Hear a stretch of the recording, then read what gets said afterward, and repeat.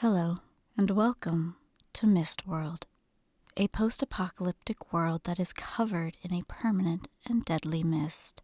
Survivors cling to remote villages and towns at the summit of mountains, connected by a fleet of powerful and fast Oracle-class airships.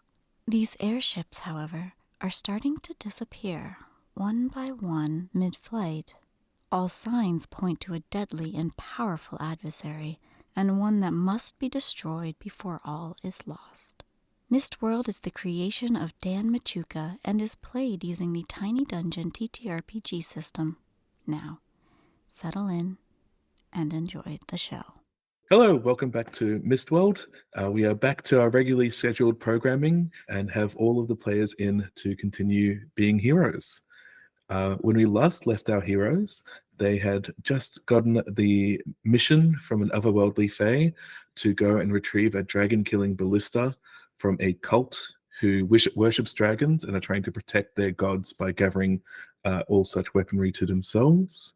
The players, not wanting to waste any time, have immediately leaped into their aircraft known as the Shiny Beetle and have started winging their way towards the coordinates they had been given. Guys, I'll get you to reintroduce yourselves and just describe what are you doing inside the Shiny Beetle as you prepare for this battle / heist / event. I'll start with Astrakhan. Hey, I am Astrakhan Zell. I am currently standing next to Mr. Whitber and still giving him a hard time about the goblins in the capital city who were apparently chasing us, but not with any violent intent, given that they really could have attacked us at any point if they wanted to. And they all seemed to know who he was. And I'm pretty sure Mr. Whitber is just actively ignoring me, as he has been for the last half hour, which I've spent haranguing him about this. Mr. Whitber, would you like to confirm or say something else that you're doing? Yeah. I've just been coiling some rope and things, rigging equipment here. Very much ignoring Astrakhan for everything that's happening here. Absolutely. It's probably a good idea generally. Yeah, refusing to talk to anyone about the Bastion or anything which occurred back there. And that's sort of where it's going to be at, I guess. Excellent. And Neely, what are you up to? Yeah, I'm standing at the helm of the ship, feeling like the vibration of the Shiny Beetle through my feet, enjoying this last moment and feeling the feeling of the crocheted helm warmer that Henry Goodbarrel has been kind enough to furnish me with in a beautiful shade of puce. Does it have an animal face on it? Yeah, it's got little rabbit ears and like a little nose in the middle. And if you touch it, it makes a little boop sound. It's crocheted upon the front. It says "World's Greatest Pilot." Underneath the base of the steering wheel. So I was very dismissive when you gave it to me, but every time I look at the embroidered words, I feel a little bit warm in my heart. Oh, and Henry Goodbarrel, are you crocheting something else, or what are you doing? Everyone's favorite halfling. I think Henry, being that he had a major incident where he was questioning himself and the fact that he could or couldn't be a hero, he's been actively trying to be extra helpful, and by doing such things as a hand warmer for the steering wheel and assisting Astrakhan in packing up her bottles whenever they're spread out across the bench, and he's, do you want me to wash one of those for you, or things like that to make it seem like he is useful. If he can't be a true hero, at least he can feel like he's not terrible. Beautiful. Now, as you guys are traveling through, you start entering Stormfront. Nothing too bad for someone of Neely's skill, but it does start taking all their concentration to keep the ship steady. Every now and then, wind will blow you up and down and all around. There are seats with straps on for you guys to be able to strap yourselves in if you wish to. I think Henry is, and then he occasionally climbs out and comes over to what's it called? I forgot Neely's side, and is saying, do you need me to dab the sweat on your forehead? He just stays still. I got this. It just partly blocks your view while you're steering. Just let me climb up it. You're very high up on that chair. So Neely usually has the instinctive balance of a sailor, like can almost anticipate the little surges and kind of correct. But Henry's persistent attempts to help by dabbing my sweat keep knocking me off balance. And so it's all I can do to maintain the calm pace of the ship in this storm. Yes, thank you, Henry. Thank you very much. He notices the wobbling of the ship and he thinks, thank God I'm doing this, because you can imagine how wobbly it would be if he hadn't. Mr. Whitmer will say like this commotion at sort of like the helm, and take pity on Neely, and approach Henry with a rope, and be like, oh, it's gonna get real wild soon. You can see it on the horizon. Isn't that right, Neely? We've got to tie you up to the side here, Henry, and Mr. Whitmer will have a piece of rope that's will keep Henry slightly out of range of being able to touch Neely. Worry not, Mr. Whitbear. I need to do this, otherwise we'll lose balance. You can feel how rough it is already. That sweat is off balancing Neely. We got to be careful. But if he feels comfortable, you can tie one leg of mine to the side of the ship and then here, and that way I can still reach Neely if I balance carefully on the side arm of the chair there. So let me just climb up. I'll climb up first, and then as well as the rope that you guys have, there's like a little clip that you can attach to your belts that lets you go outside the ship. So that would be more secure than tying him to a rope if you wanted to attach that to his belt. Oh yeah, obviously, attach it with like a rigger's equipment. Yeah. And can you talk us through again, Dan? What does the shiny beetle look like? I know it's kind of made up to look like a beetle, but yeah. So basically it's comparable to a smaller ship. So it's quite long and skinny. So basically you've got the seats all along one side. You're in this little head compartment driving, and then you've got seats on one side for the main body, and then you've got like your workbenches, your kitchen, like your living area on the other side. If you guys sleep in the Shining Beetle, basically you're folding down the chairs to so make it's the all room. enclosed. We're in like a cabin, a pressurized cabin. I wouldn't know if it's pressurized, potentially, because but I'm just going to hand wave in that and say it's magic, as opposed to any kind of science behind the pressuring and the air temperature control. But so if we want to go outside, it's like going outside a submarine, albeit in air. That's right. So you'd open up the latch, out you go, and this cable that I mentioned earlier would allow you to be able to climb up and around the ship without fear of falling off. Okay, great. And Mr. Whitber is really good at that. With Whitber, to be honest, it makes it easier. It makes it trivial to go outside. Okay, good. I've been doing that my whole life. Never had anything else. Never. No way. Now, Neely, given your position as the pilot and your history as a sky hunter, could you give me a 2d6 roll, please, through the storm? And you get advantage because I've been dabbing your forehead. Yeah, is there any advantage because of my survivalist trait or anything, Dan?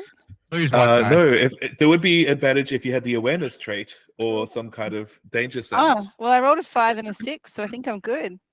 You are good. You manage to, as you're looking like down in your consoles, you see a sudden shadow appear from above you, and your gut instinct kicks in, knowing exactly what that is, and you manage to swerve the ship. No, you manage to swerve the ship to the side as the large shape of a rock, an enormous eagle, dives down from the sky and almost latches onto the ship. It is, for those of you who aren't familiar with Greek mythology, it's effectively an eagle, but ridiculously large. So much bigger than the 4-person ship that you guys are carrying. In fact, it could wrap its claws around the body of the ship if it managed to get a grip on it. I have a bone to pick with this eagle. Why didn't it just fly the ring straight into Mordor? It just doesn't... Because Sauron would have seen it coming, and the whole point was it had to be a secret trip. I think if we flew Second high hand, this enough, argument it of wouldn't people. be. I'm not going arguing to you, I'm arguing strap with the rock. in on one of those chairs with the straps. I feel like if we're going to be dodging attacks from a giant rock, seatbelts save lives, people. Excellent. Now I just Sorry, re-uploaded Astragan, I got my rope. So as we enter battle between the shiny beetle and the rock, I've just re-uploaded the stats for the shiny beetle up in our chat and Discord, so you guys can see all of that if you need reminding. Awesome. Basically, because Neely, you're the pilot, I'm going to get you to roll initiative against my dice rolls, and we'll How see. many do we roll for initiative again? Sorry. You're rolling 2d. It's rolling 2d6, but unlike normally where you're looking for a 5 or a 6, you just give me a total. Yeah, I rolled a 5, like total of 5. Sorry, everyone. Cool. Can Let's I take see a how good it look over. at this rock before we enter the battle? Does it have any scarring? You'll get a chance. Yeah. So I just got a 9 on my dice, so it's going to have a chance to go again. So similar to you, it's got 2 actions. Oh, God. Yeah. One of them will be that it will turn and make another go at you. It's then going to make a melee attack against you. The shiny beetle has got the ability to evade ranged attacks, such as Dragon's Breath, but unless you actively evade yourself, it will struggle against something trying to claw at it. Where's my dice gone? Because I just hit them. It misses. So again, it's kind of it turns around. It's now at the same level as you guys are. It puts its claws up to grab onto the ship, and but again, it's over. A gust of wind hits it at just the right moment. Wrong moment for it, and you manage to get out of its way before it manages to connect with you. Now it's the ship's turn. Basically, you guys have up to, I'll give you 4 actions. It's up to you who does them. So if you can take one each, or one of you can do something twice. I'll start with Neely. What do you want to do? How many actions do you want to take? I'd like to try and get away from this rock. I don't know. I will fight it if we have to, but why fight it if we don't need to? Cool. So I'd like to try and steer the ship away. Yeah. So you got 2 options. So you can either try and run, or you can try and you can do what Henry does normally, which is to evade. So if it does manage to try and hit you, it's less likely to connect. Yeah, I think I'll evade. Cool.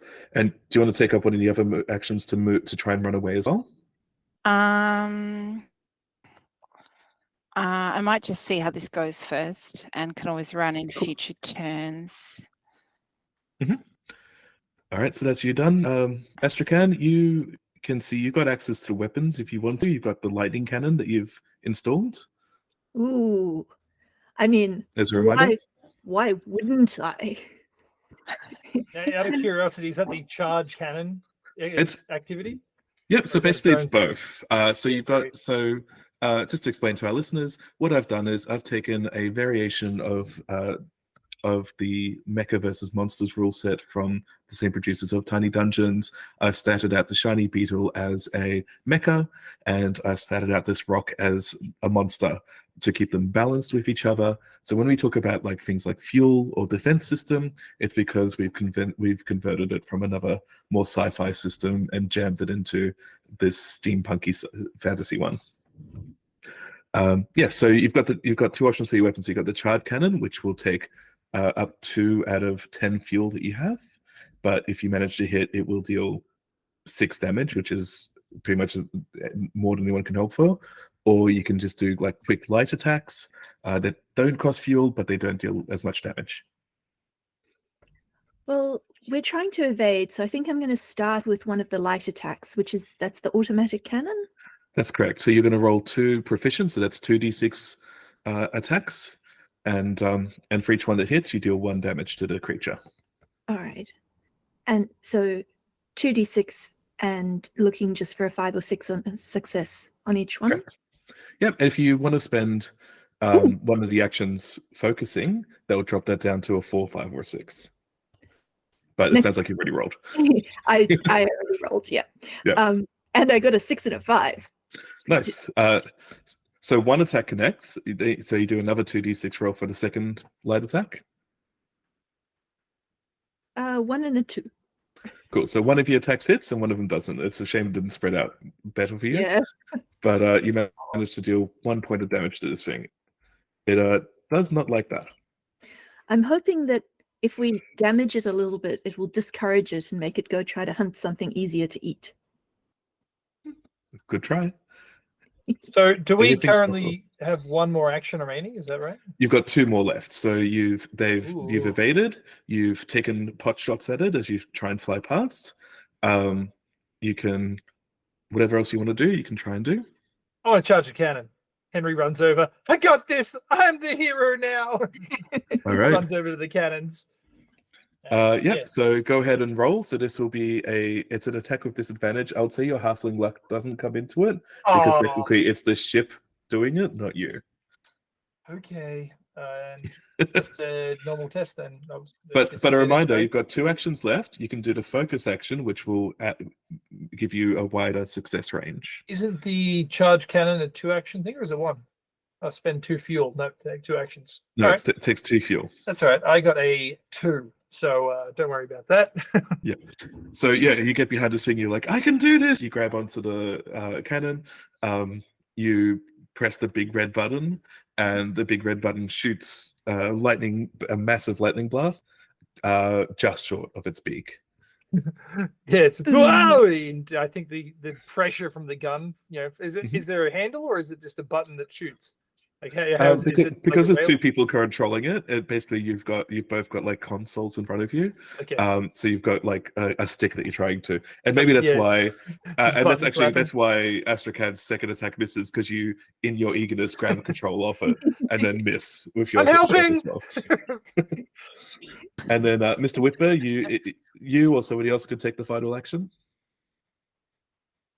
At this point, I think Mr. Whitmer is just content to ride it out. So if we're happy, we just really want to sort of move and speed on. I think that's what. So maybe I'll take a look around the cabin at people's eyes and see if I can divine whether people would like me to try and run from this thing. I have my own reason. Give me an awareness to test. fear rock. Yeah. I think that's fair. Yeah. Sorry, I did not pass. Okay, so you're looking across, but at the wrong moment, without Henry's assistant, a drop of sweat drops into your eyes, and so you need to blink it away and look around and look back. Its turn. Great, we did so good, guys. Sorry, everyone. It's going to have another go because yes, it got a little bit singed in the last attack, but it is going to try and grapple your ship effectively. With its giant claws, it's going to try and roll 3 attacks, but each one's at disadvantage. And despite having 3 dice, it rolled a 2, a 4, and a 3.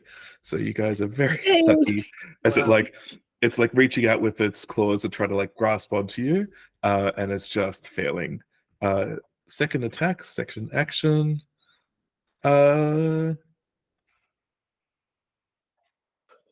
No, fuck it. I'm going to do it again. Nice. Because its claw action, its beak action isn't any good as a second action. Oh, now it succeeds. All right, so it manages to get a hold of the rear of the ship. What that means for you guys is that you can't blast it with the lightning cannon because it's too close and able to get around. So we can't evade that move? Oh, sorry. Yes, you can evade. So because it's got, because your ship's quite quick, you can roll 2d6 to try and avoid getting hit. Okay, I just roll. I believe in you. Yeah, a 6 and a 4. Nice. So its claws. Sorry. So rather than grasping onto you, its claws scrape on the hull, but you manage to dive before it manages to close its grip on you. Have we seen it yet? Can I see it? Like you can give me. Or... You can give me another 2d6 roll as a free action to see if you can see it. Nah, 1 and a 2. Yeah. It's hard. It's moving around. You're moving around. You don't know if this is the rock that you've encountered in your past or not. Okay, yeah, but my hands are nonetheless gripping the wheel like white knuckled, and I'm just saying fuck, fuck, fuck, fuck, fuck, fuck, fuck under my breath. Indeed. You guys are up again. Neely, don't forget, you can tell people what to do and help them do it. Yeah. Does that count as an action? It will count as one of the actions. Is it one of the shiny beetles actions, or is it mine? Well, it's one of the 4 actions that you guys can do because you're like giving detailed instructions rather than, you know, lining up a shot or whatever. Yeah.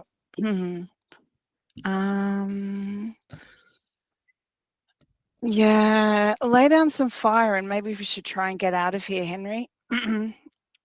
Yeah, okay, sure. And Astrakhan, maybe So I have to you roll, better and if I'm successful in my roll, and you choose to do what I say, then you'll get advantage. Is that correct, That's Dan? right. That's right. So roll 2d6 to see if you're not too distracted to be coherent. Yep, I pass 5 and a 2. Cool. So Henry, should you choose to follow the action, you'll succeed on a 4, 5, or a 6. I love it. Great. Well, if it's all good with you, I will take that action to fire the turret that we have. And Yep. It's the automatic cannon that can shoot in all directions. Is that right? So you can well, it's both of them because it's the same gun, but it's more you're going to take. Oh, we actually have actually. Sorry, I forgot that we managed to escape the yes claws. Great. I will fire the lightning cannon again. Big red button, go! Slap it down. Big red button, go. All right. So still 1 dice, but you'll succeed on a 4, 5, or a 6. I rolled a 1.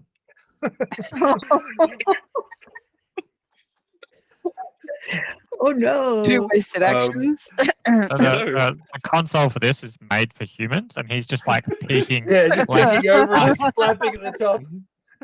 So, and just to point out, you guys have a fuel total of 10, and you're down to 6 with that failure. So that's really this. Astrakhan or Mr. Whitbeer, who wants to go next? You want to do, Mr. Whitber? At this point, Mr. Whitbeer is content in trying to escape. Still watching your antics, but he's gonna basically tell Neely to step on it, you know.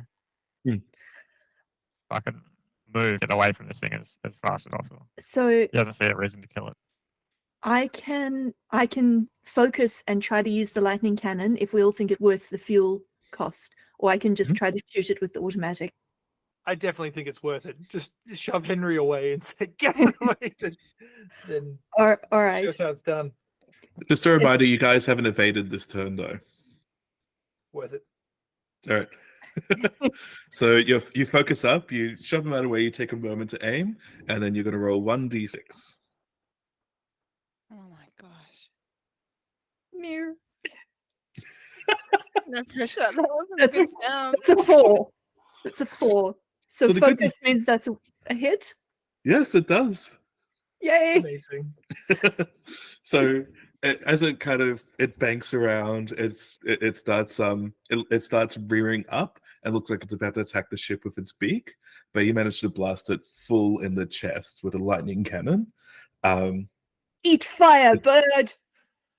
It's lightning, but yes. Eat electricity! It does. It looks like it's very badly injured, but it is still alive.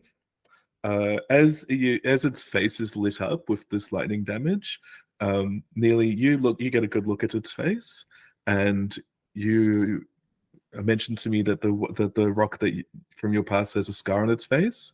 Yeah. You don't see one on this bird's face, but again, you're only getting like that glimpse, that like lightning blast glimpse of it. So you might have doubts. Yeah.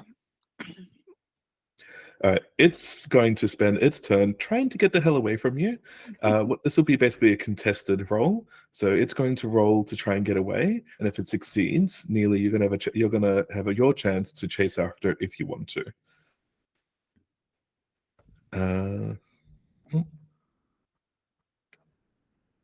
No, it's too badly injured, so it spends one of its actions trying to get away, but it doesn't manage to put enough distance to it. So instead, it's going to try and grab onto you guys instead. It succeeds this time. So you guys take 1 point of damage to the ship, and then it's scrabbling onto the claws. Someone might need to go out there to stab at it. Henry, you're strapped in already to do so. And it's your guys' turn. Oh, crap. We can't let you go out there alone. Yeah, no, Henry's we got can't let him go out this. there at all, honestly. I'll see Henry angling to get to like the hatch, and I'll push him back inside. No, I Yeah. hate rocks. Take the wheel. Mr. Yank the Whitbar. rope back again. Like a dog on a leash. Got my own. Like it's all attached to my equipment already. You know, riggers don't go anywhere without it. Okay. I think, So I you- think you should keep flying, Neely. You're the only one of us who can steer properly. Yeah, I hate rocks. It would be sweet to kill that thing. All right, so Okay. who's going out there? You've got 4 actions. Whitber and Henry. I got this, and he starts trying to reach for his shield as he's being pulled back on the rope. I All right. got this. And then as Mr. Whitber pushes him back inside and then opens the hatch, yeah, hooks himself up on like the outer rings, and then starts clambering up the outside of the ship, like closing the hatch behind him. Cool. No, Mr. Whitbear! So Mr. Whitbear, that's one action. So that's one ship action. Enough time basically for you to go outside. Are you going to stab at it? Are you going to throw one of your weapons at it? What's your plan there? I'm going to sort of lock myself into a shooting sort of position here and shoot at the bird with a sort of repeating crossbow. Go for it. So roll to shoot. You got advantage to roll 3d6. Yep.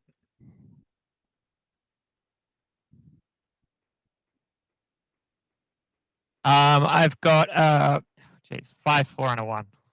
Nice. The 5 connects. So you sort of repeating crossbow. So you do shoot like multiple, like 3 bolts at once type thing.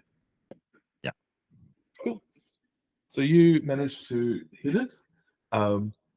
Once in the chest, once in the throat, and then as you're kind of shooting up, you get once in the eye, and you see the bird kind of reach up, beak up in the sky, and then lets go of the ship and starts fluttering down. Cool. I'm gonna keep firing at it as it leaves. So I have a quick shot ability. It dead. It's got 1 HP left. Doesn't matter. Keep double tapping. You got to make sure. So he double and triple taps it. Fair enough. Yeah. He's got the quick shot ability, so he can load and fire a ranged weapon in one turn. So he just whips out a thing of 3 more arrows, slams it into the crossbow, and then just keeps firing as it like flies away. And not knowing Yeah, any of this has happened, Henry runs over to Astrakhan and is like, "Quick, you got to get the ribbon out there. So you got to help him. He's locked us out. We're not too big. I can put a ribbon out the window, maybe." And then Mr. Whipper climbs back in. Mr. Whipper, thank God, you got to save him. As the bird like flies away, I just want to survey the damage on top of the ship. Yep. So there's a light scratch along. The damage was more that it was grappling onto you guys. That was the greater danger. But with you basically killing it, that's no longer an issue anymore. Nothing that affects the operation of the ship, but it is on 5 out of 6 HP until you guys get a chance to set down and repair it properly. Yeah. All right. Sounds good. It's a bit Whipper will sort of clamber back down the hull, open up the hatch, and then like ask for like the tool set to like just do some intermediate field repairs. It's like he's off. There's a big scratch up there where he's holding on to us. What We should probably happened to the beast? What happens to what? The beast. Oh, he's he fell down into clouds. I think Henry runs over and gives him a hug and says, "Don't ever do that to me again. I was so scared." Just snot running down his face like a 3-year-old. Mr. Whipple will like push him away, so he's gotta get my toolbox. Yeah. Yeah, Neely gives Mr. Whitber like just a firm nod, like a recognition of his extreme competence as always. I feel Henry like looks that over you waving guys his communicate. I feel like you guys are able to communicate silently via nods pretty well at this point. Yeah. Like, So much nodding goes on in this boat. it's great for a visual medium, I have to say, for an audio medium.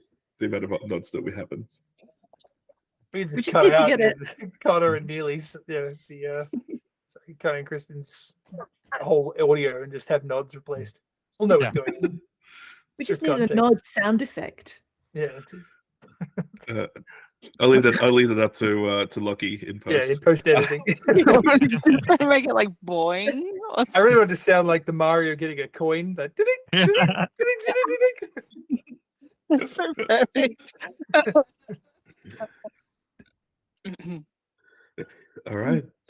So, Mr. Whitby, you go outside. You make some cosmetic repairs. You won't be able to repair that 1 HP, but it's more just you slap a bit of duct tape over it to make sure it doesn't fall apart further. You guys continue on. Neely, I assume this time around you're kind of paying a lot more attention just in case. I was paying attention before. That thing came out of nowhere. And that's what it's designed to do. I can't Maybe believe someone I'm wasn't using just my attacking you. piloting skills. The fact that you caught it at all was impressive. Like, if it came out of nowhere, and it would have got us if you hadn't dodged it at the last second. Yeah, So, yeah, exactly. I saved us all. testament to your piloting. Yeah. And my sweat dabbing. You guys continue on until you reach the coordinates given to you for the cult compound. It is like this low mountain range. Nearly up to you. The closer you get, the more likely you are to get spotted, but the more information you can get. You can just see like a small shape of buildings on top of this mountain at this point, but you can't see how big they are or how many. How close are you wanting to get before putting down?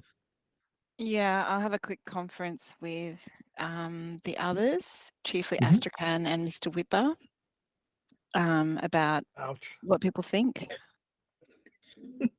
So we need you to dab our sweat. How could you possibly focus on the conversation? We couldn't possibly have this meeting without cups of tea, Henry. Extra squilk. Oh no, we're back to being mean to Henry.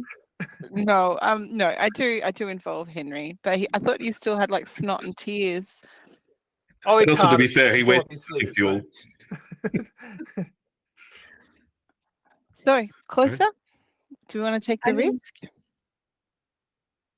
They do have a dragon killing ballista, and we're a lot smaller than a dragon. So there's something to be said for sneakiness. But on the other hand, our lightning cannon is pretty cool. Do we even have enough other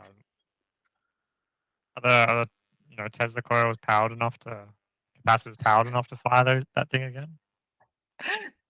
We've got 2 more shots. If we don't need to go anywhere. 3. 3 more shots if we don't need to go anywhere.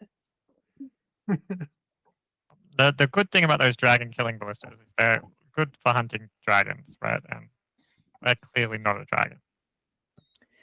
Yeah, They are cultists, though. They may decide that we're equivalently dangerous. It's really about whether we want to make a sneak attack versus go in guns blazing, or is it like half measure?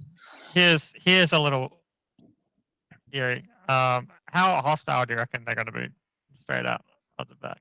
Because we have that damage on the roof. Before or after we shoot them with lightning?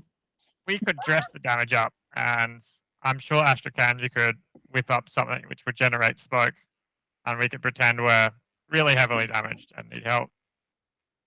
Did you say dress up? I did, Henry gets actually. this wave of ideas where he thinks, we could dress like them. I could make us little outfits, and we could look just like them and just walk on in there. That's And- actually a really good idea, Henry. Well, I think that, Really? yeah, I can pretend to love dragons. I can make us smoke. That's like loving dragons. Can I remind you guys of something? No. Yeah, that would be Absolutely, great. please. They stole the ballista. They like broke into one of the most important museums and centers of learning in order to be able to retrieve it. Oh, that It's is great. highly likely that they would suspect anybody who appears unexpected and out of the blue to be a legal response to that crime. Yes, so our characters are not as dumb as we are, and probably do remember that. That's Our fine. characters also haven't had a 2-week We're break just from an the story. airship in distress. To be fair, yeah, in That was 4 weeks attacked since by a we have rock. played, since that happened to you guys. In real life. Now, had we not had the encounter with the rock, which has Mhm. exhausted our weaponry and also caused some damage to the ship, I'd be all for taking the beetle in to face them. But I wonder if that's still the best plan. So sneaking as a first pass? Mr. Whipper, what do you think? I still kind of think that we could just get away with being an airship in distress.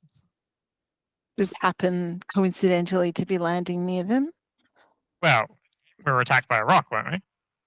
We were, just happened to be attacked by a rock. There's still no reason why you wouldn't think that they would shoot you down, though. I mean, if they're willing to shoot down any law enforcement, what would make them think, oh, great, let's just not shoot down this other ship? Well, yeah, I think they're going to be quite hostile.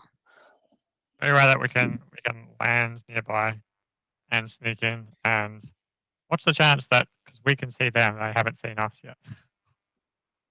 So you guys have. This is like you guys are coming in from the sun. You guys are kind of hovering at a decent distance to have this little conference. So you confirm that you can see the building. It's unlikely that they've spotted you. I'm not going to bother rolling just quietly. They haven't seen you yet. Yeah, I'm a but skilled pilot. Yeah, you know what you're doing. It is a small ship. Like you're thinking like a helicopter, but fairly quiet, right? Yeah. So at this point, you're certain you haven't been spotted. But if you get closer, I'll give you more information about the location. But I'll start rolling to be spotted and for a defensive response to be formed. Of course, if you are dressing yourselves up to be in distress, then they might just want to see what's up.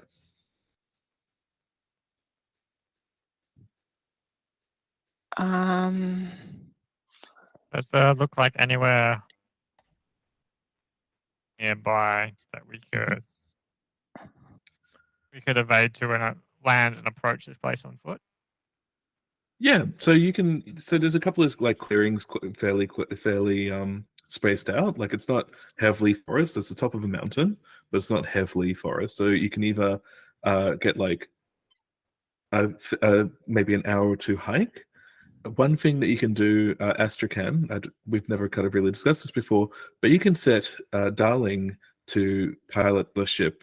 Can't do anything fancy like Neely can, but if you set them away and be like, "Hey, Darling, we need pickup. Come towards my location," Darling's capable of following that order. Yeah, that's fancy. Think like an R2D2. I love this droid so much. But it means that you can't roll advantage for everything you want to do inside the compound. So technically, I also win. How big is a dragon killing ballista likely to be? Did we get a sense? It We knew we couldn't mount it. Did it give me a 2d6 roll? Someone else who was probably listening better than Neely was. I'm familiar with all kinds of weaponry on ships. Especially ranged weaponry, right? Yeah, well, we knew absolutely. we couldn't mount it to the beetle. That was what was told to us. I've definitely seen one of those before on one of the Bastion's warships many years ago. So rolled you a 5. succeeded? You rolled a 5. Awesome. So think like a Volkswagen Beetle in terms of our kind of size. So a couple of meters square. very heavy, difficult to move, and in some ways, it's impressive that they got something so large out of a quite busy museum. Think like scholars or even there all hours at a time as well without being spotted. Clearly, they had some way of being able to move it easily. So we're not going to be able to just carry it back anywhere. We're going to have to bring it in the ship. Two of you could carry it. Like, it's made out of wood. Okay. But you'd be moving slowly. All four of you, you'd be able to move at normal pace. Easy. All right. I don't reckon we can risk the ship. If the ship is lost, we're all lost. I reckon we put it down, possibly slightly closer than this, and then we go in. Possibly Henry can help us with dress ups to look like cultists. What do you all think? Yeah, I mean, I can do what I think a cultist looks like, but I haven't seen a cultist, so it could be a little off. But what if we scout out? Maybe we could send Darling to get a video of what they look like. I think she's pretty sneaky, and then I can make some outfits. I've got plenty of cushions I could temporarily cut up to make the outfits. That seems like a good plan. So if we sit down quietly a distance away, send Darling to scout, bring us back video, make outfits, then leave Darling with the ship. We go in, get the ballista, leave with the ballista, get a pickup, and leg it away from this place. What could go wrong, right? Yeah. Nice. Well, I had an idea, but I don't think Henry would think of it. So it's Honestly, go for it anyway. yeah, it's because this thing's slow and heavy, and we want to get out of there. We try and make a diversion on one side of the camp away from the ballista, so two of us could carry it out while the other two carry off a diversion, and so set a fire, something like that. But I just How don't. big think is this Henry's cultist camp? anywhere near that technique? Well, we don't know. You don't know yet. You can see a building, like the outer edge of the camp, but you've got no idea what's behind it at this point from this distance. How many cultists do you reckon we could line up in a row and shoot through? Or how many skilled alchemists do we know who might be able to create like a timed diversion so that we could all get away with it? We could try and convince them all to play tunnel ball, and then that will line up. Nearly nods. And this is why I don't mind you occasionally having good ideas with this character, because it's immediately followed by tunnel ball. It's immediately followed by what Henry's idea is. All right. So, right. so should I try to take the ship a tiny bit closer and risk like one roll to see if we're perceived, or do we just play it super safe and stay where we are, knowing that we won't be seen? I say dive almost down into the clouds and approach from the backside of the mountain. Okay. Yes, let's dive into the mist. Yeah. It's the Diving only up way from to like succeed. morning fog isn't mist. Like if you're going like up and down, Yeah. the mist is below you, like the ocean. Okay. All right, so we can make a long enough rope for you if you want, Henry. So Neely, give me a 3d6 roll as your expert piloting skills. You're trying to avoid avoid being seen. If you fail, I'll roll notice. Yeah, so I failed. Your dice are not your friends today, man. No, I've had a couple of successes, but yeah, 2 3s and a 2. All right. I successfully evaded. Come on. I successfully saw the rock. So I'm like the linchpin of this session.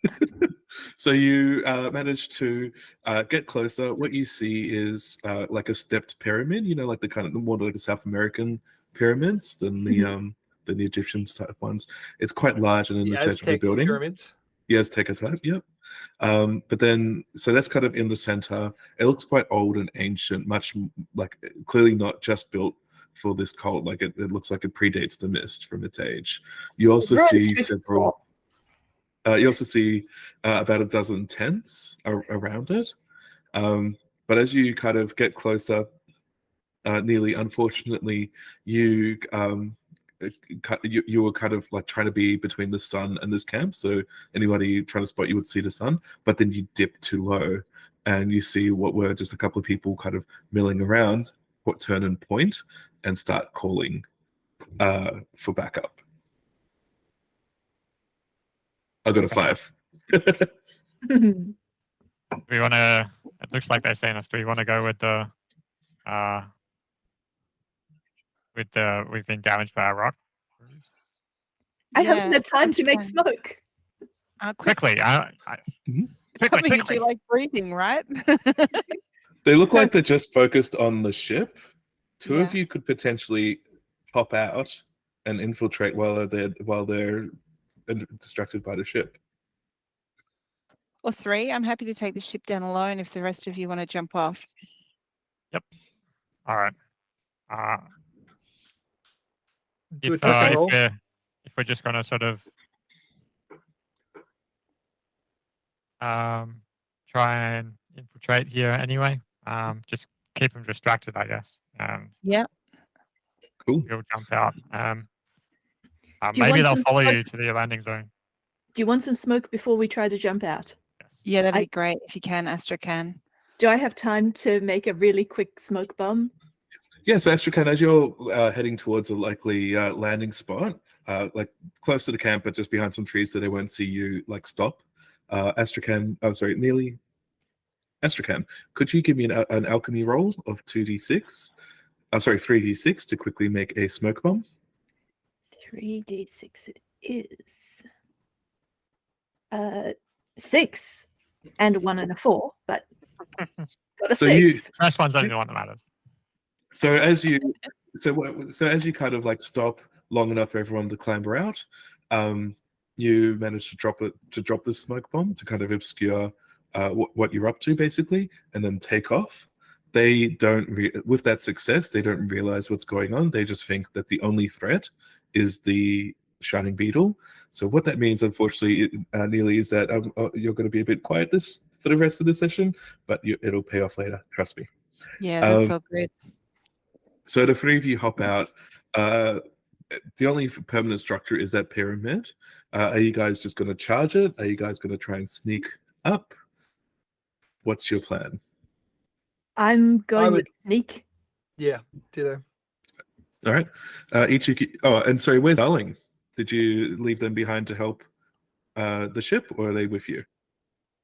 If I leave Darling behind, you could potentially come join us, Neely, at some point if you need to. But you may need Darling, and I don't know. Your call. It's your bot. Yeah, if you can go without the golem, that would be good. It also means you've got a gunner potentially. Yeah. Okay, I'll leave Darling with Neely, and with I'll give you like instructions. a special nod, a nod acknowledging what it means to you. So many Cool. nods. All right. So So you many guys, so landing party, give me 2d6 as you try and sneak your way into this. I think it's called a ziggurat, but I'll It stick is. with pyramid in case I'm wrong. No, it is a ziggurat. Oh, there you go. My half of my knowledge came in handy.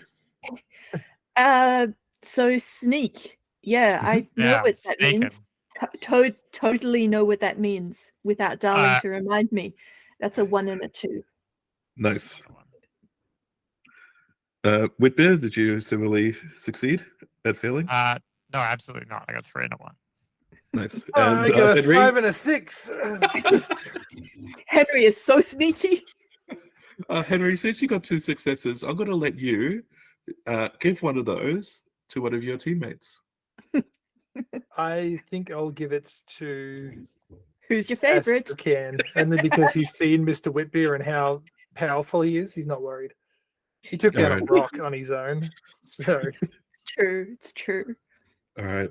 So you two managed to make it to the entrance. Mr. Whitbeer, you slip on the stones as you go up. So as the other two are hidden, you hear cries of, "Oh, they're getting into the pyramid! After them!"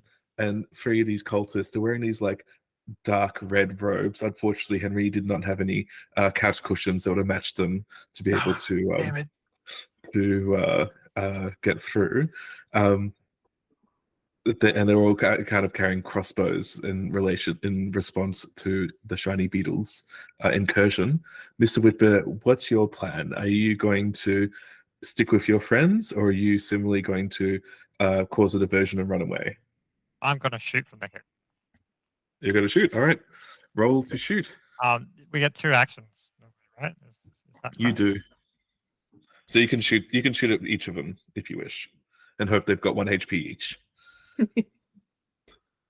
I'm just going to shoot wildly, and then How did you go? and then just leg it, and then leg it is my second one. I got a 2 and a 5 to shoot wildly. Yeah. So your wild shot hits one of them straight in the chest, and they go down. They do have 1 HP. Well, So I'm still legging it, you know. Yeah. So you don't take the second shot.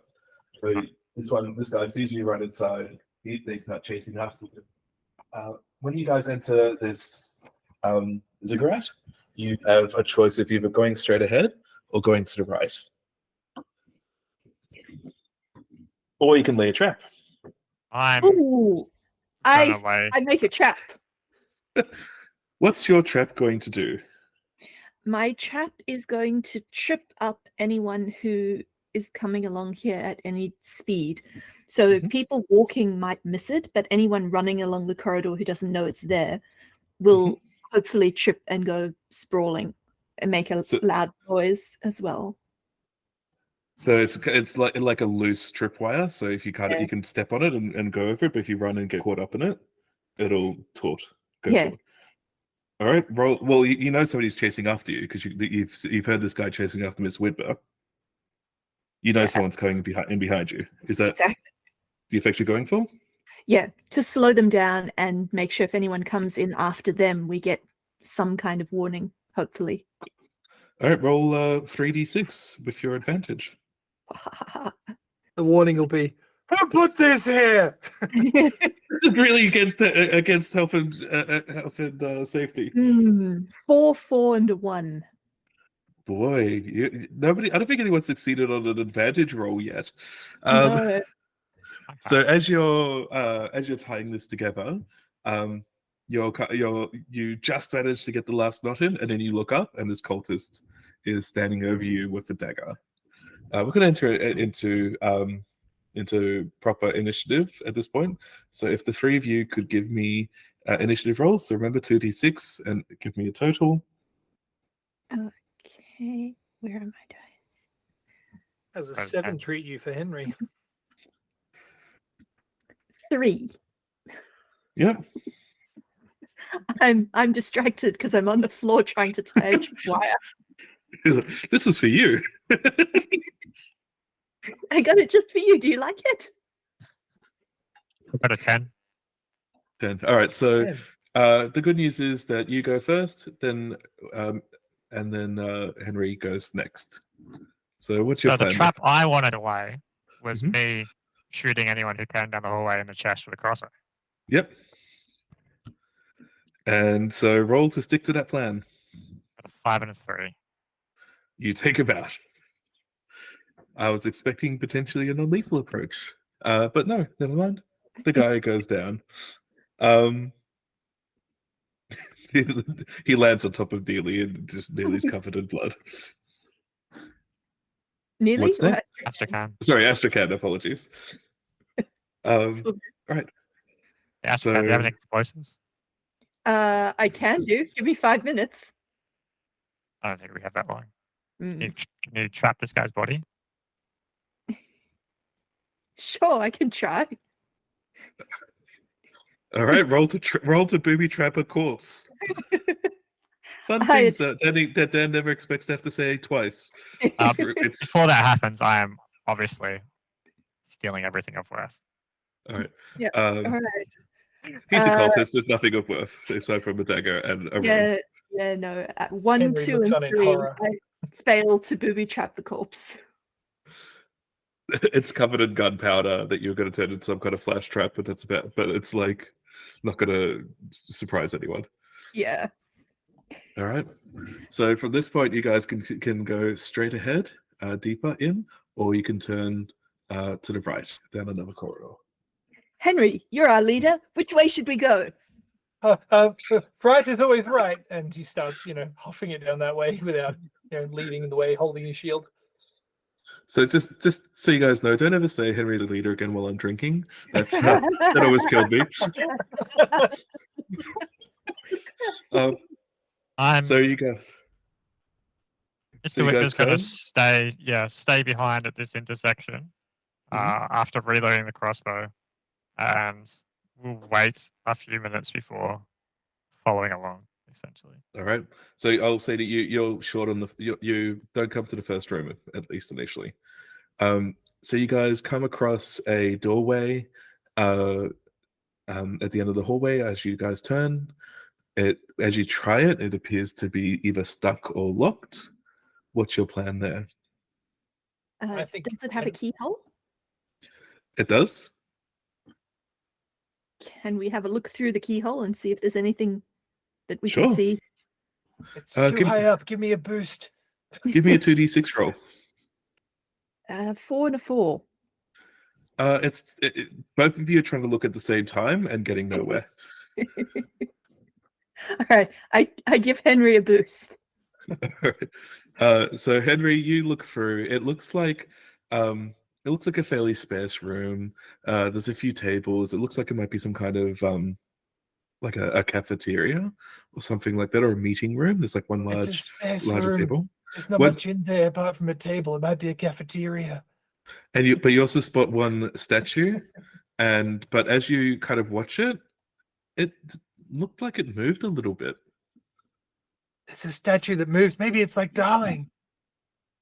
You see how he tries to point through the hole so that you guys can see it, but clearly impossible. I don't feel good about golems guarding rooms after the last time we met some golems guarding the room. You got this. I believe in us. You killed it. You killed them all. We did. And only paperwork was hurt in the crossfire. Where's the big crossbow supposed to be? You don't know. Don't know. That's why I thought you were going to go non-lethal on the one guy. That's no fun. Great. So I think Henry says, I think this is the right thing to do. Let's go in. And he'll try and shoulder the door open. All right. Can you give me a 2d6? Either way you get the door open, it's more to see how badly you screw it up. A 5 and a 2. How's that treat you? You managed to take a running leap and hit the shoulder at the right point as the lock, and managed to blow away the lock. Neely, as this is happening, you don't know this is happening, but could you give me a 3d6 roll? A failure will mean you take 1 damage while this is all playing out from the various crossbows and spears being thrown at you. No, emphatic success. 2 6s and a 5. Yeah. You are in your element and stealing our dice. Yeah, and also like stealing everyone's successes. Apparently, 1 roll. Getting the successes I so richly deserve. It's everyone else holding you back, clearly. Yeah, when Henry dies, we're blaming this on Darling and I, unstoppable. The next Mistworld episode, me and Darling. It'll be like a Walking Dead spin-off. Yeah, so you guys go through. As you see what I see, what I described earlier. As you look over the statue. It's like a bust, and as you guys enter the room, it kind of looks at you all. Sorry, what does it look like? It's a bust, like it's the chest and head of a young man. Oh, okay, sorry. I heard bust, and I'm thinking, there's a bust in there? Great, a bust. And so it turns to look at this. Hi. We're looking for a cannon. He turns back to Astrakhan and Mr. Whitmer and kind of shrugs. Tries to do the nod thing that he keeps seeing everyone doing and has no idea. And returns back. Can you help us? Probably not. Oh. Okay. Well, I guess I'm sorry to disturb you. we'll continue on. I guess is that okay? Is that a can't help us or don't want to help us? Bit of both. Actually, no, I do want to help you. Oh, So if You're gonna help us We get ahead of the could- competition? if we could do something That was very funny. Oh, Are you part of the? You were here before the people in the red robes, weren't you? Yeah. If you want to help us, is there something we can do that would help you help us? Like, are you stuck? Do you need winding or something? Or a He jacket. kind of looks down around him. Like, sure, you can do lots for me. I've got no hands. Yeah, and your nipples are showing. Do you think we could just put a shirt on him or something? Is that My okay? eyes are up here, fella. Yeah, I know. I'm sorry. It's just they kind of Looking follow at the you as you bust. look around the room. It's such a prude, Henry. Come on. He grew up sheltered. Wish I could crochet something quickly. Do you have arms somewhere that we could find and attach? Can't remember. Probably. Okay. I think he's group huddle, guys. It just kind of waves Astrakhan and Mr. Whipper in. We're all the same height, yeah. That's what we stand. With that nearly, yes. Good. This is the small crew, but great for stealth. I'm tempted to leave this guy here. He's not exactly the cannon, and his nipples are really putting me off. It's a bit too much to wrap my head around. I don't want to wrap anything around them, apart from a jacket, maybe to cover him up. So let's just continue on. Is that okay?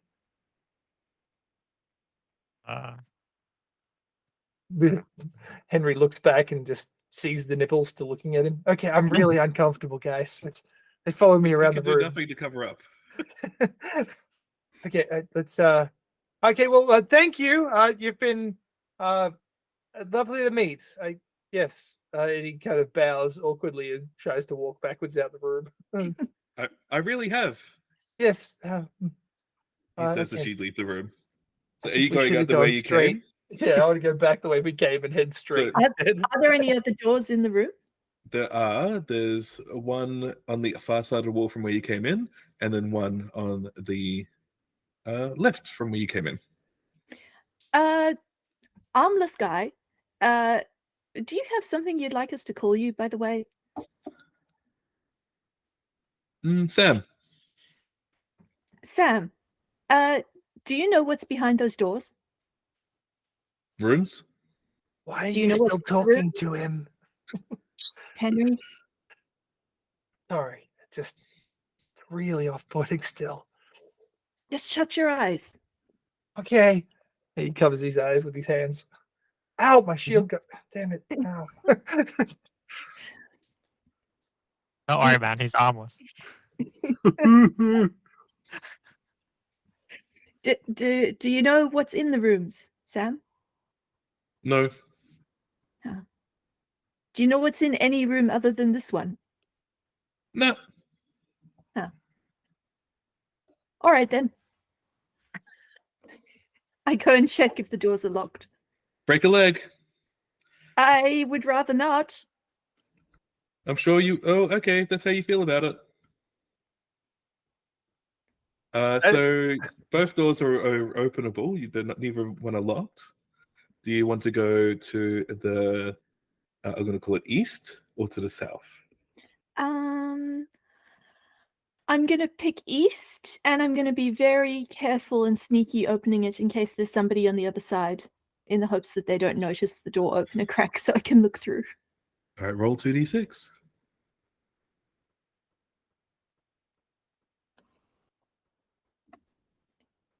I got a 6. Nice. So you managed to sneakily enter this room. It appears to be some form of kitchen. Or there's like pots, there's pans everywhere. There's not much food, but whatever is there is clearly being used to to cook for a whole bunch of people. The only thing that strikes you as unusual is one side of the walls is this enormous mosaic, but it looks like you can. It looks like it's the room, a mosaic of the room you guys just left. Okay. Okay, well, this isn't a crossbow. It might be a puzzle, though. I'll hide a crossbow behind a puzzle. So aside from the room you guys entered, there's another door to the south. Mr. Whitbear doesn't care about art, so he's going to go check out the other door. I think Henry, getting flustered, takes off his jacket and goes to put it on Sam. I'm sorry, you got to cover up. It's really off-putting. Is there like, if it's is Sam sitting on a pedestal or something?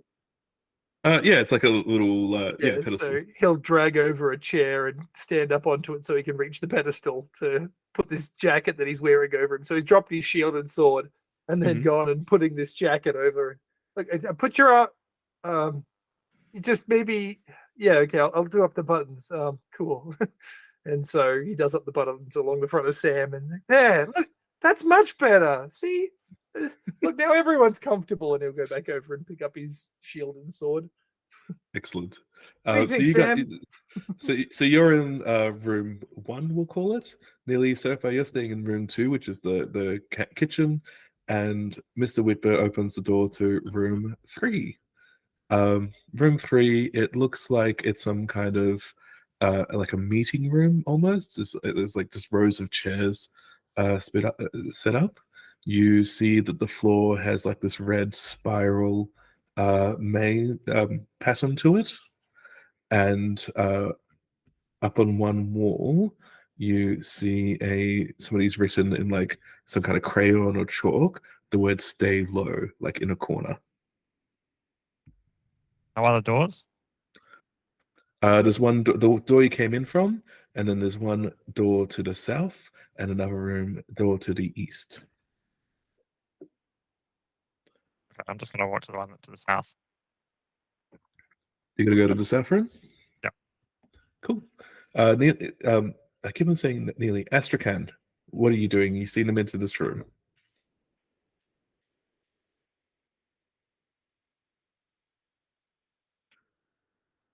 Oh, have we lost Astrakhan?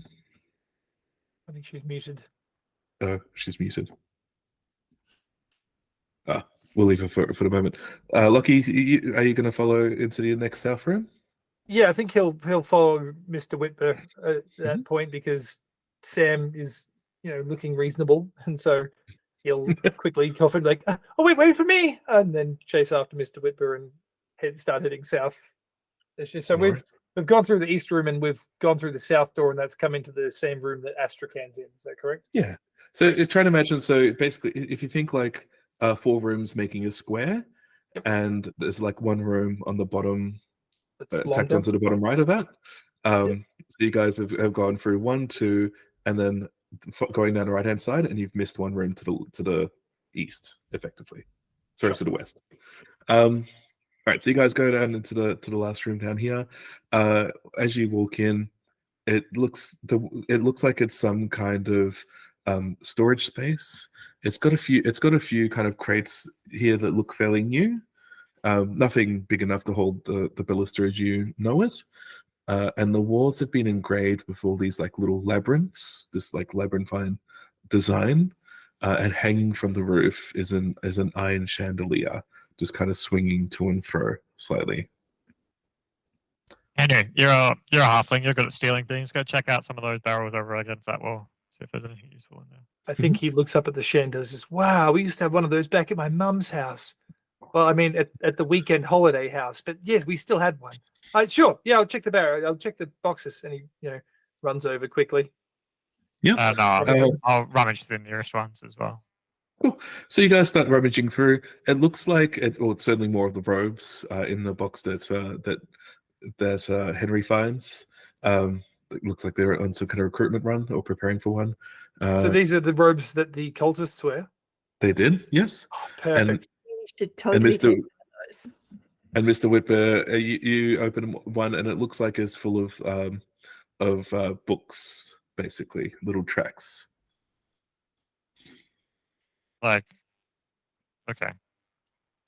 It all looks like it's all the same books. If you Yep. flick it open, basically it looks like it's some kind of book to try and entice people to join the cult. I'm gonna, take 3 or 4 of the little books because you never know when you run out of toilet paper in situations and you're away from the ship. Fair enough. And I'm gonna throw a couple at Henry as well and wander over there and see what he finds. Henry's already And- preparing for a fashion show, and I got you. It's the '80s classic. As we try that, you give me a thumbs up and thumbs down. And Astrakhan, are you coming into this room as well? Yeah, I come in with them, Mhm. and I'll grab one of the robes because that seems like it might be a useful thing to have. In fact, I might just put on one of the robes over my clothes. Fair enough. I mean, that's what robes are good for. Yep. It's probably warmer anyway. that too. Do we? It doesn't look like there are any disassembled pieces of ballista in here, though. No. Nice, great. So we'll try on all these clothes, and I think if Henry gets the chance, he'll get his coat back because it is monogrammed with his own initials, and he'll go trade Sam for a cultist's robe. Sorry, Sam. I really like this jacket, and as off-putting as your nipples exposed being, this might be warmer, and maybe it suits your coloring a little more. So if you just give it back, tries yanking it off Sam without breaking him, and there you go. You can wear this cultist robe. Thanks. So just to be clear, do you go to where you've been coming, or do you go through the one room you guys haven't gone through yet? I will go back the way I came. Cool. So yeah, it's because Henry knows that path, and he's more interested in getting his jacket back now. Fair enough. Yeah, after thoroughly looting the storage room, Mr. Whipper will go check out the last room as well. All right. So you guys go through the next door. It appears to be some form of library. There is a door to the south. And right next to the door, there's like this inbuilt bookshelf with multiple different books all kind of all along it. Do any of them have interesting sounding titles? Yeah, the books appear to be in any kind of like order. Astrakhan, you give me a 2d6 roll as you flip through, and you can give me a 3d6 roll as you are educated and will know more about like the authors and what have you. Mr. Whitbell. So I got a 1 and 4. Cool. Nothing grabs your attention. Fair enough. They all seem fairly like how to bring about the apocalypse in 30 days, that type of thing. Cool. I do get a 5. I'm kind of looking for anything about dragons. Cool. You do. So you look through a few of them. You find one of them that's about. You find one book that seems to be about the different known ancient dragons that you might find of interest down the track. You see a few of them. You see one book that seems to be like again like a little like a handful of sheets, and it talks about how like with the mist coming, dragons are now the most powerful creatures. Why wouldn't you want to align yourself with these new gods and be prepared for their coming?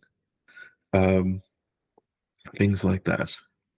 Well, I'll beckon Astrakhan over and sort of we'll work together to boost each other up to get these books off the normal size shelves. I'll be like, yeah, they're like on the shoulders, like, yeah, grab that one with like that looks like it's bound in lizard skin.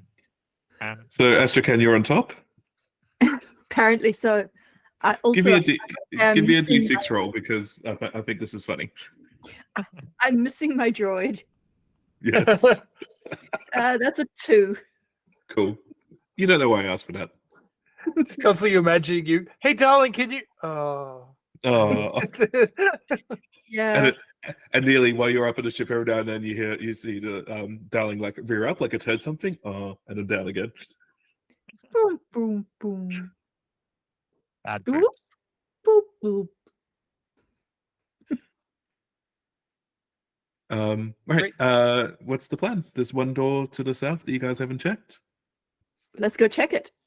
Yeah. Henry absolutely. walks in. Oh, we're doing shoulder rides. Give me a turn. Okay, grab this one over here. Grab this book.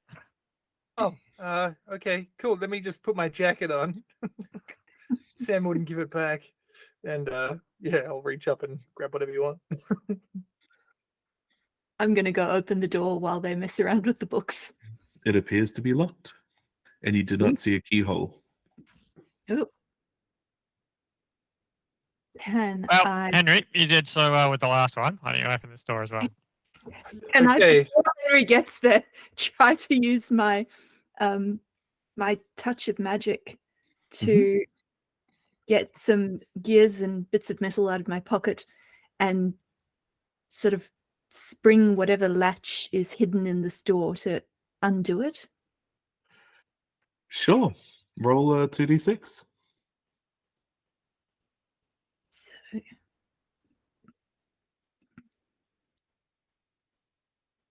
2 and a 5. Ooh, that's something. So, as you try and you do your mystic, magical, mechanical passes over this door, nothing seems to be responding to your action.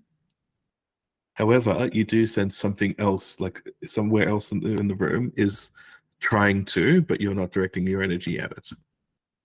Ah. Wow, Henry comes barreling in. Yeah, Henry charges at it. Out of the way, Asperger! Ah! Roll a success. Okay, I'll roll a success. Success. A 4 and a 5. Nice.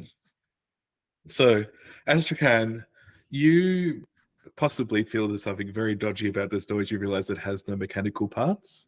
But before you can stop Henry charging at this door, he slams his shoulder into it. You hear wood break, you hear glass break, and then you realize that the inside of the door was hollow and had a glass container of acid that spills down onto no. Henry.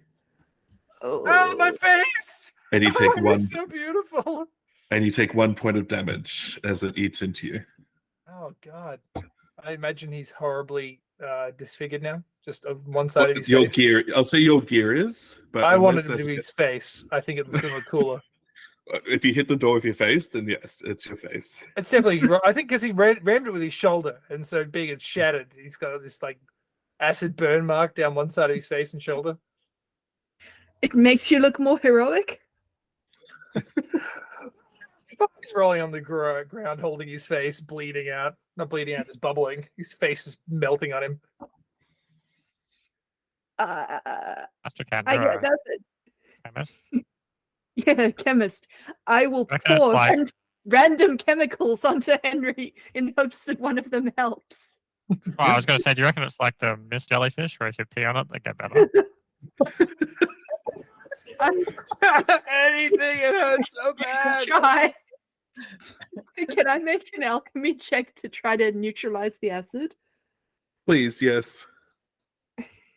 Is that 2d6 or 3d6? I mean, I It'll am be- an alchemist, but It is a 2d6, yes, to make it like a base to stop Time is them from imperative eating. here. This really hurts. that's a 3 and a 4. No, I'm like, Mr. Whitman, try peeing on him. All right.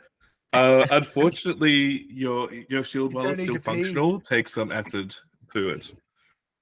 What's that? Your shield, it remains Oh, functional, no. but takes some acid damage as Cool. as it continues eating across. Awesome. So how much okay, It's there a fine. damage It's just more. calculation? It's more cosmetic. Cosmetic. Like you had this thing that you're proud of, and now it's got this like acid etching across it. So it doesn't take any Mud. depletion damage? No, Okay, it just matches my face. it's just yes. Great. But you're in no further danger. The acid kind of eats into the floor and leaves a little dent there. What do you want to do? I'm going to walk slowly back into that room and see if I, recall any books about acid. All right, go for it. Yeah. Roll me a 3d6 as you go through and see what you can find out. I got a 5, a 4, and a 4. Cool. So you don't find any books about acid, but you do realize that the bookshelf is slightly misaligned. Like it's one side of it's kind of sticking out a bit further, and as you put your hand to it, it moves back a little bit, indicating it might revolve in some way. Henry's trying Nearly. to use the what's it called? The cultist robe to wipe off the acid from his face while he's on the ground.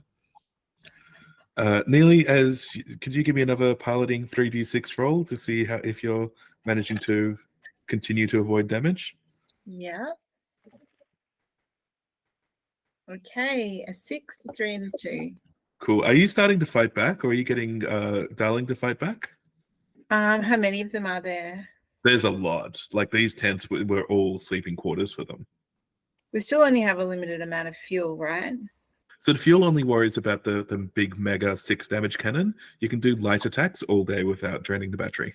Yeah, okay. I think that by this point, I've given Darling that special nod that means man the guns. And I think, I don't know what's Darling doing, Astrakhan. Give me a 2d6 roll to see how well they're shooting. If they're willing to take a life. Yeah, I don't- Darling has no no special feelings about human or humanoid lives.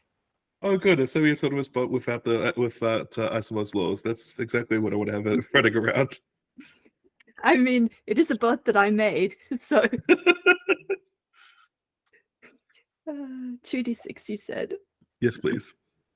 That's a 3 and a 3. Darling is a spider bot and not very good at guns. I imagine it's like Grogu getting handed weapons, Baby Yoda. Like it's Yeah. just going crazy with it. Like I've never felt more alive, but not aiming to save its life. Lightning goes everywhere. It might hit somebody, mostly by accident. It's starting to look like an 80s movie out there. Even if Darling doesn't hit anyone, surely it would kind of slow them down a bit, right? Oh, absolutely. They're still like trying to fight, but like, they're having to take cover against this mad barrage of lightning strikes getting shot at them. And also, like, if Mr. Whitber had trouble reaching the controls, imagine what it's like for Darling. Well, yeah, like think like a head crab trying to control a minigun. Like, right. So that's you guys out there. Astrakhan, Astrakhan, Mr. Whitber, and Henry. What's your plan? Cry, die a little inside. I think he pulled himself together really bad. I'm fine. Let's just get this over with. Don't look at me. I'm worse than nipples. You're I'm not going to say you're better than Nipples, but you're in the same kind of general vicinity as Nipples. I want that on Not a that good. t-shirt. I'm not going to say you're better than nipples.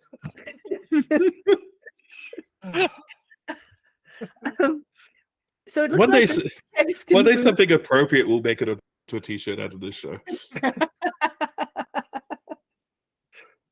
I don't know. I think that'd make quite a good T-shirt. You're somewhere in Yeah, I'll buy the that. vicinity as Nipples. I mean, it's You technically can put it right here. Right on the chin. That's a perfect t-shirt.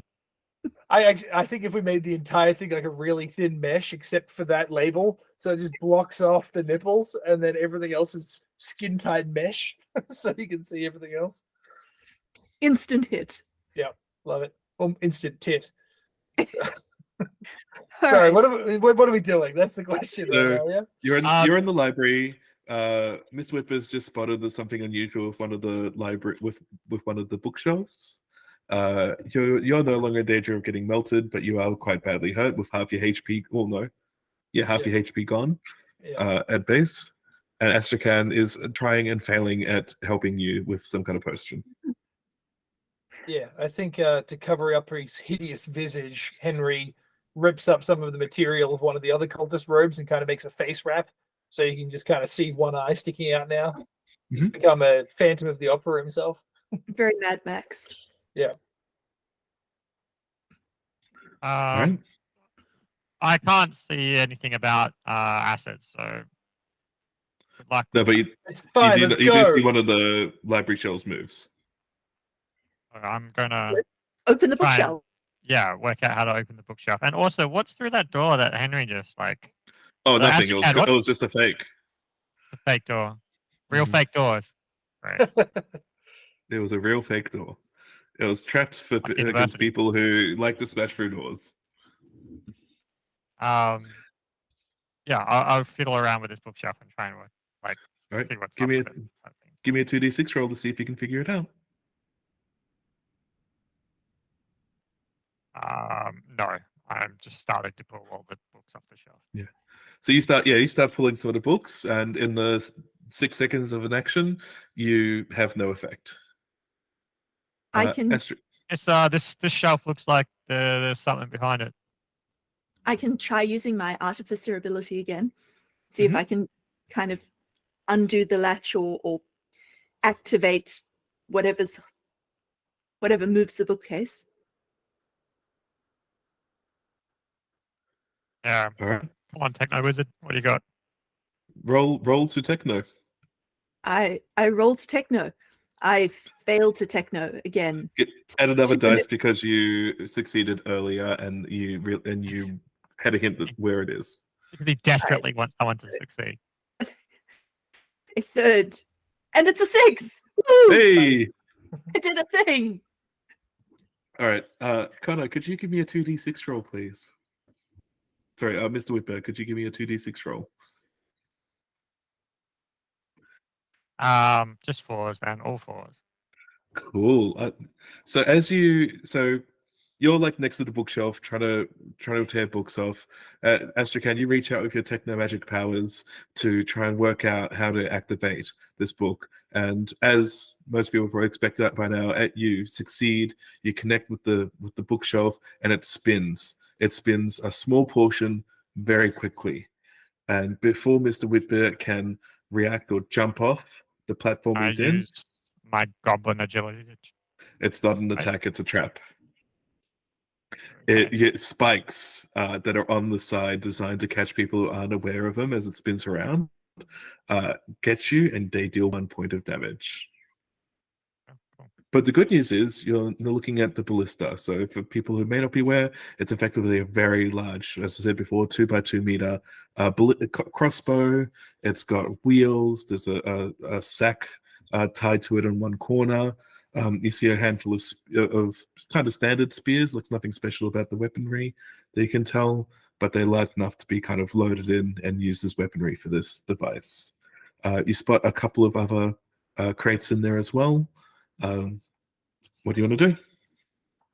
Check what's in the other crates. My Could word. use, like- That's Mr. Whitbear. okay. Jump You can go in away there as as well. I've been hit and curse loudly and throw some books around the room and start bandaging up my arm. That's Alright. that's all I'm gonna do. I'm You've not even heard gonna him- pay attention to the thing. You don't know he's heard, although you could probably infer from his cursing. Astrakhan, are you going to go through? I'll go through carefully. All right. I'll give you a 3d6 roll to avoid the spikes as it spins around again. Excellent. I think as a trap maker, I get advantage on avoiding. Oh, you'd have traps. advantage anyway. Yeah. 5, 5, and a 2. I do not Nice. get spiked. So at the second the revolver like clears the room you're in and onto the room that you're entering, you manage to hop off and you look back and see the spikes and hopefully think, nice trap. I do. I think that one is clever. I also call out, Henry, be careful when you come in. Why? What's there? More Spike. acid? Oh, okay. I guess that's fine. Thank you. Appreciate it. And then he'll go in and be like, looking out, holding his shield up, kind of looking at his half reflection on the back of the shield that's poorly polished. All right. Do I need to What's the roll? plan? I wouldn't expect you to have a poorly polished Give me a shield, 3d6 roll to come through. I failed. 4, 4, 4, 2. 4, 4, 2. Oh no. So your diehard trait kicks in as you're temporarily stunned, knocked unconscious in game terms, by the spikes. but then come back with 3 HP, which comically is more 2, than I what your think, base isn't it? is. Oh, is it? No, 2, is yeah, it? 2 HP, yeah. All right, you bounce back up with 2. Yeah. So it's just, oh God, The why? rock did less fucking damage than the spike trap. I'm imagining you're just like getting up and getting hit again. Yeah. Yeah. Is that it? Can we go? Sick of this place. That's it. So, is it enough space to get back out the corridor we came in, or is there It'll another way be- out of this room? So there's a lever on this side, so it looks like you could try and like wedge it halfway open and push the blister out like sideways. It'll be a bit tough though. It'll take a while. Yeah, let's do it. He'll mount the shield to his back. Is there any way you can, Astrakhan, is there any way you can disable the spinning thing and just like take it off its hinges? I could try. Yep. Give me a 3d6 roll, so given it's very mechanical and you're a trap master. All right. Let's see how this goes. 4, 4, and a 3. Yeah, please. Can you find more dice? There's no such thing as 4 dice in Tiny D6. Like, can you just throw the ones out that you currently have and just go steal some from someone else in the house? Just switch to Google Dice, please. These are haunted and or cursed. Yeah, I might use an online dice rolling thing. Yep. So you try. You're not able to take the thing off. Like I said, you can try and squeeze it through, but it'll be rough.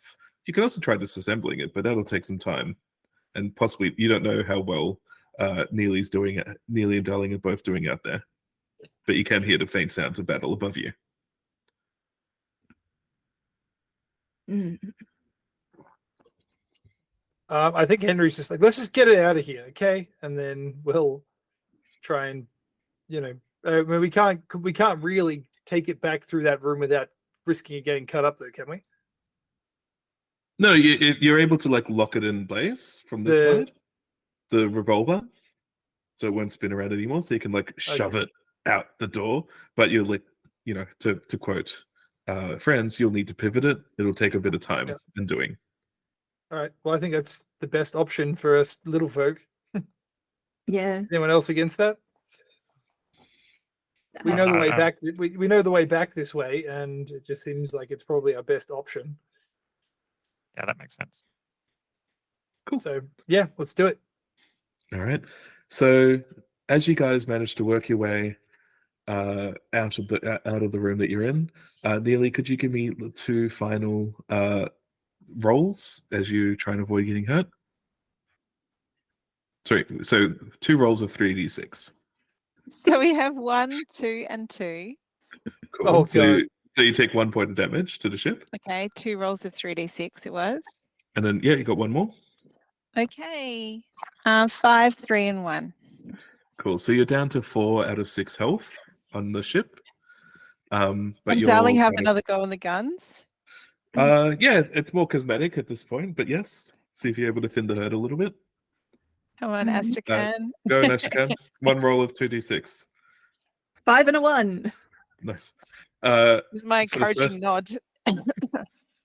So, Darling, high on murder, effectively, manages to line up and take out a couple of cultists as you guys manage to push this ballista through the door.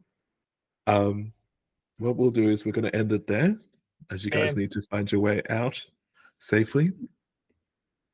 Did you guys want to say or do anything before we close it there?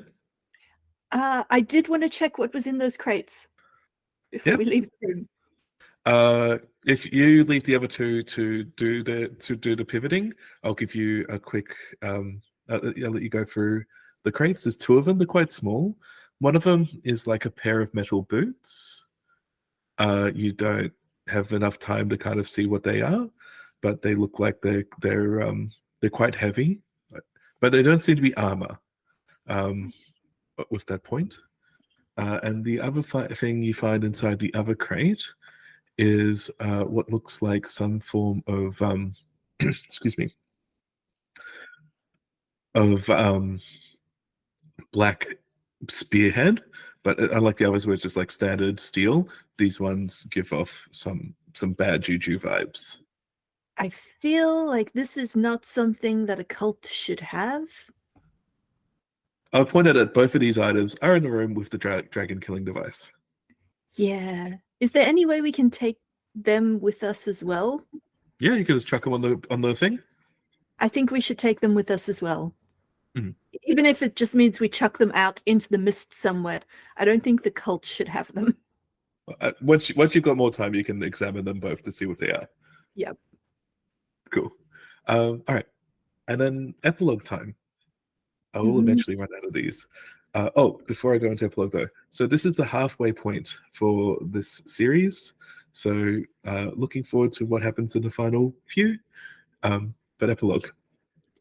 So as you guys work through what's happening, a couple of things are happening in the background. First one is the blue Fae, the blue sister.